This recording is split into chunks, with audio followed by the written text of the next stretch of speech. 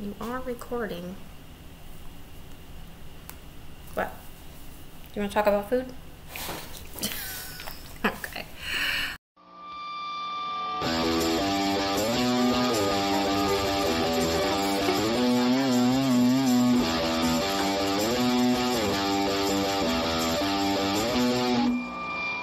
Hi everyone, and welcome back to our channel. Today we had a request to do a specific review on Science Diet Small Breed Puppy and Purina Pro Plan Small Breed Puppy.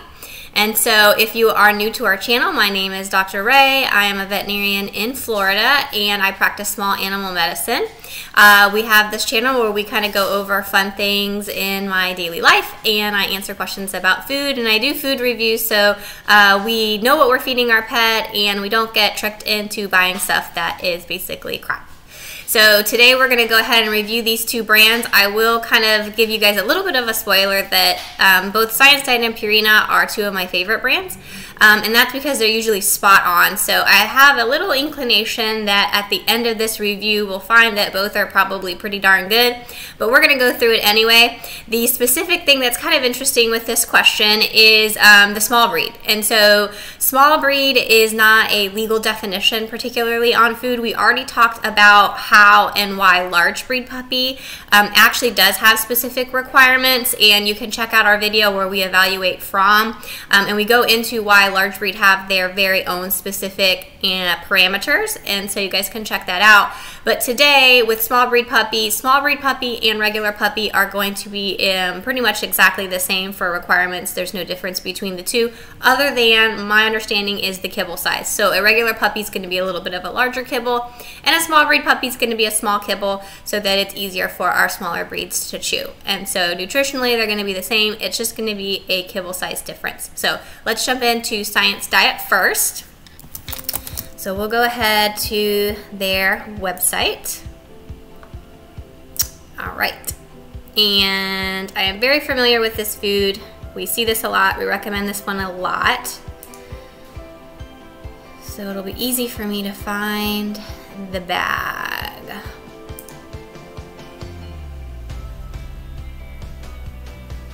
Small breed puppy. There's the regular puppy. And here's the small breed puppy. So this is going to be a chicken meal, barley, and brown rice formula. The nice thing about Science Diet is on the bag it actually does show you a kibble size. So this size kibble will be smaller than their regular size kibble, so you'll be able to look at the two bags together in the store and see the kibble size difference. Nutritionally, again, they're going to be very, very similar, if not the exact same, but we will have a smaller kibble in the small breed. Alright, so let's find and navigate right to the AFCO statement, which is really what we like to start with. So we've got the Science Diet Puppy Small Paws Chicken Meal, Barley, and Brown Rice is formulated, which is a little bit odd for Science Diet, but I have a reason most likely why that's the case.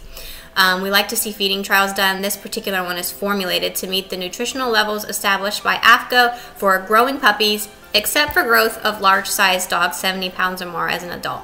So right there, that is actually a good thing because they are saying that they have made this food specifically for puppies and not large breed puppies. So they're telling you right on the bag that do not feed this food to your large breed puppy. We have something better for them.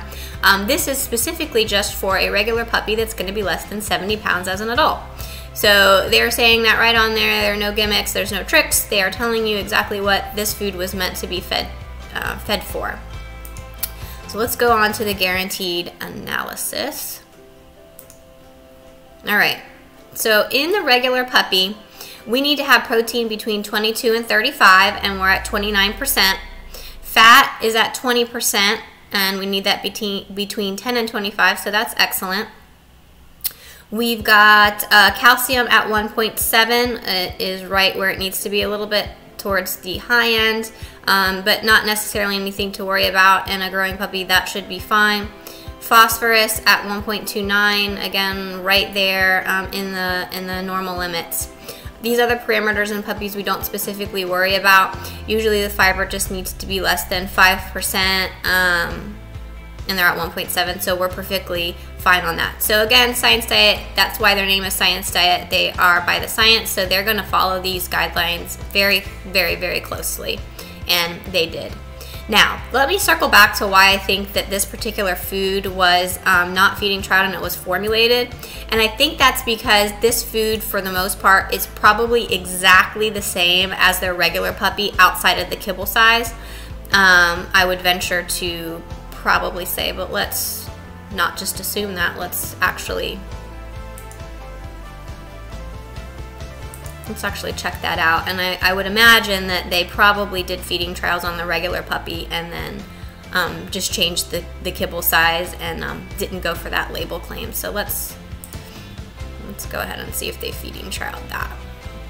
Yeah, they did. So that's exactly what they did. They feeding tested the regular puppy and basically just changed the kibble size for the small breed, and so they didn't spend the time testing that, which is a business decision, but not a bad one, so I'm okay with that completely. All right, so now let's go on to the Pro Plan small breed puppy. Let's see what they have to offer.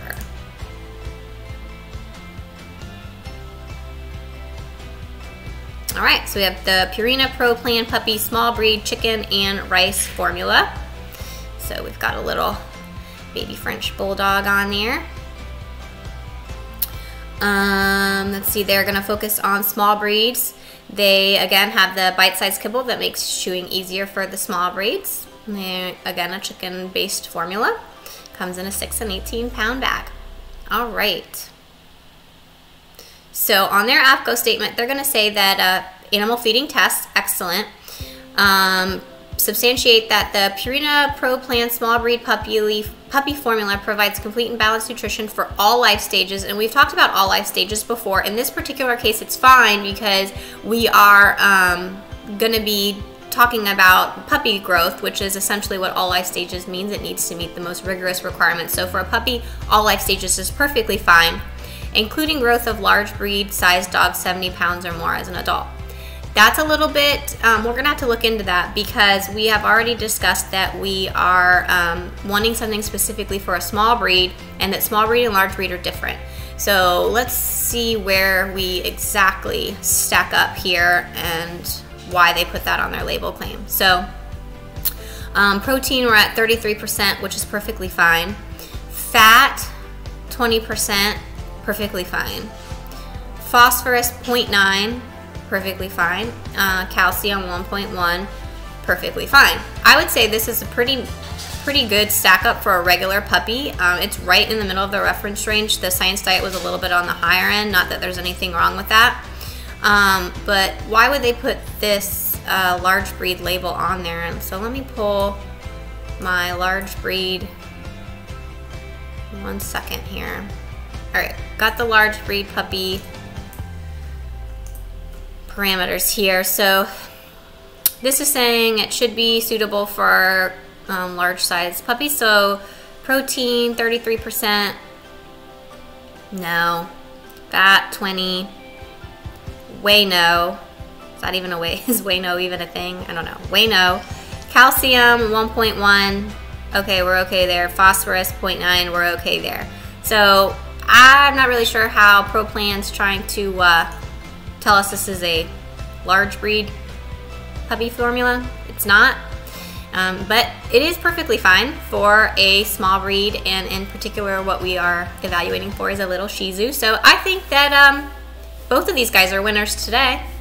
I think you could safely feed or very happily feed Hill Science Diet small breed puppy or Purina Pro Plan small breed puppy to a small breed dog, or even a regular puppy for that matter, because we talked about the only difference is the kibble size. So I think you would be fine with either of these, and I would be I would be perfectly happy with that. So I hope you enjoyed this video. I think for the next video, we did have a couple questions regarding what's the difference between Purina Pro Plan and Purina 1, and I think that's a very good question, and I'm doing some research on that. So maybe next time we'll follow up with the difference between Purina 1 and Purina Pro Plan, but for today, we're gonna call it quits. I hope you guys enjoyed it. I hope you guys have a Happy New Year, and we'll see you all next time.